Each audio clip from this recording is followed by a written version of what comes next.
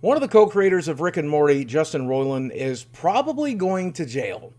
And not only that, but it looks like Hollywood has known about this for quite some time and did everything they could to cover it up. And I really want to talk about that today.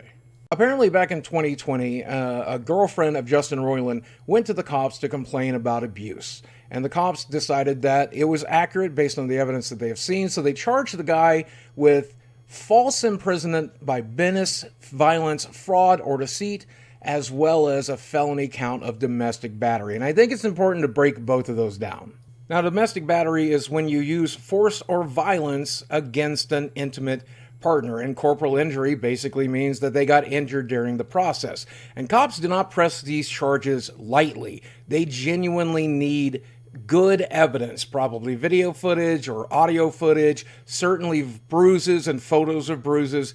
They don't press these charges lightly, especially against Hollywood elite. False imprisonment, on the other hand, is when they restrain you to a particular area. Perhaps you're stuck in a car with a person you don't want to be with, and they're using threats of violence. You're stuck in their home, or God forbid, you're locked in a basement. Now, in this case, it sounds like harassment was being used to keep the person from leaving, but that's still very illegal. And even though this is a misdemeanor, it's a really disgusting thing to do to a person. To make matters worse, when you look at Justin Roiland's history, his comedy has always been extremely edgy. He has said some truly awful and offensive things, and all of this does paint a picture that this could very well be real, very well be a possibility that he did in fact do these things. And it is also recently surfaced that back in 2019, Justin Roiland's game company Squanch Games got sued for sexual harassment, and they decided to settle it quietly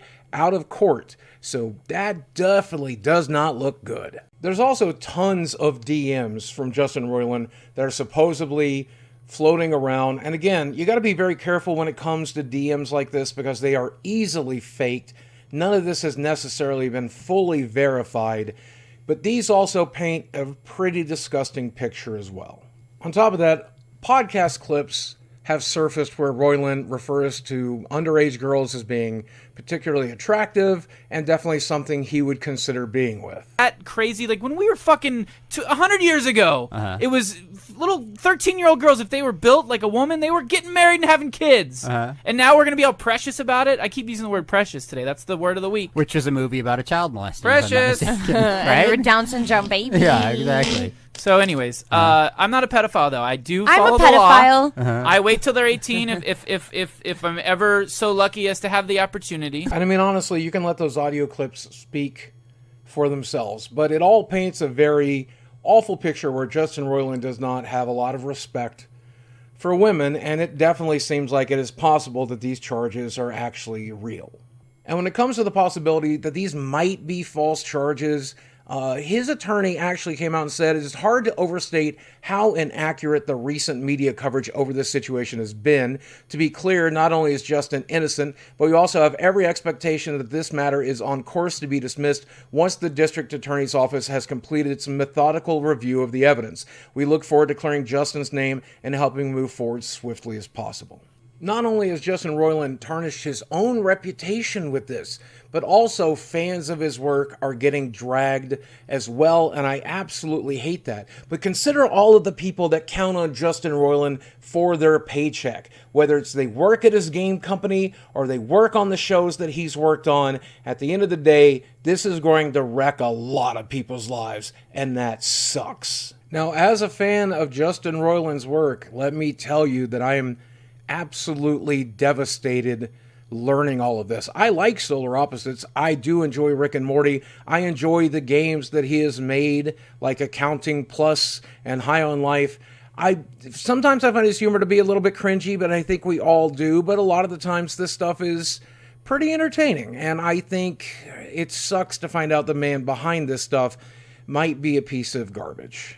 I do want to say that one of the reasons I've been a fan of Justin's is because I do like offensive humor. I make offensive jokes online sometimes. I also grew up on offensive comedy, and I just enjoy it in general. And I never really minded when he made offensive, edgy jokes. In fact, that's one of the things I liked him for.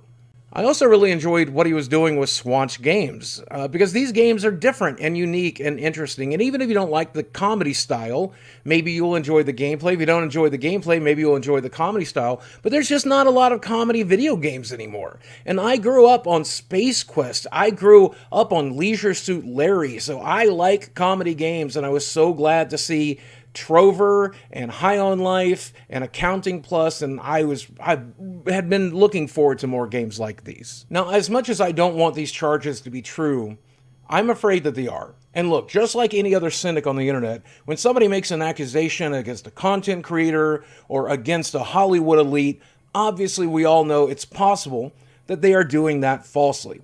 But when there is evidence, I will always take a second look at it.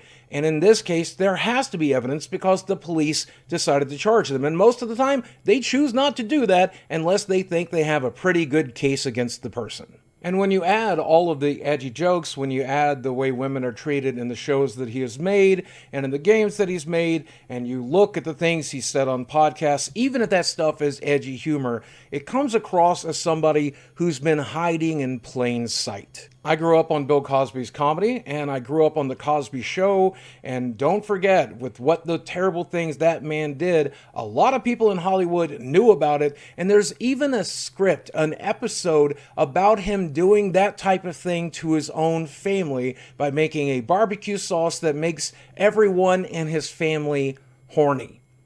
That's a script he was part of. I genuinely can't believe it. So it wouldn't be the first time somebody in Hollywood was hiding in plain sight and literally telling people what they felt and what they did and what they like to do. And certainly Hollywood has a history of doing this type of thing and hiding it for the creators as well. Harvey Weinstein is a perfect example of that. Everyone knew about it. They joked about it in the Oscars. It was common knowledge amongst Hollywood, but it didn't matter. The man made money, so they covered it all up as best they could.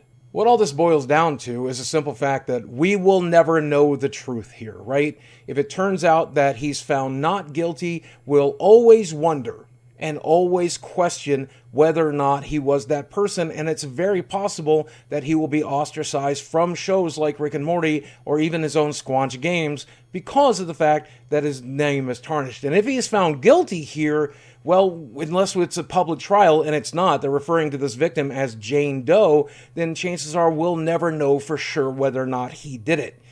And that is a very frustrating situation to find ourselves in. But that's the situation Hollywood has created. This is what the entertainment industry has done. They've chosen to cover up. They've chosen to hide stuff until it finally boils all over. And in this particular case, it's going to serve Justin Roiland very poorly. And let me also add that a man who would lay his hands on a woman is no man. That's something my dad taught me when I was young, and even though my mother would hit him in the face, he would never hit her back. And because of that, I've never even considered raising my hands to a woman, and anyone who would, I genuinely question your masculinity. If he's found guilty, I think I'm done.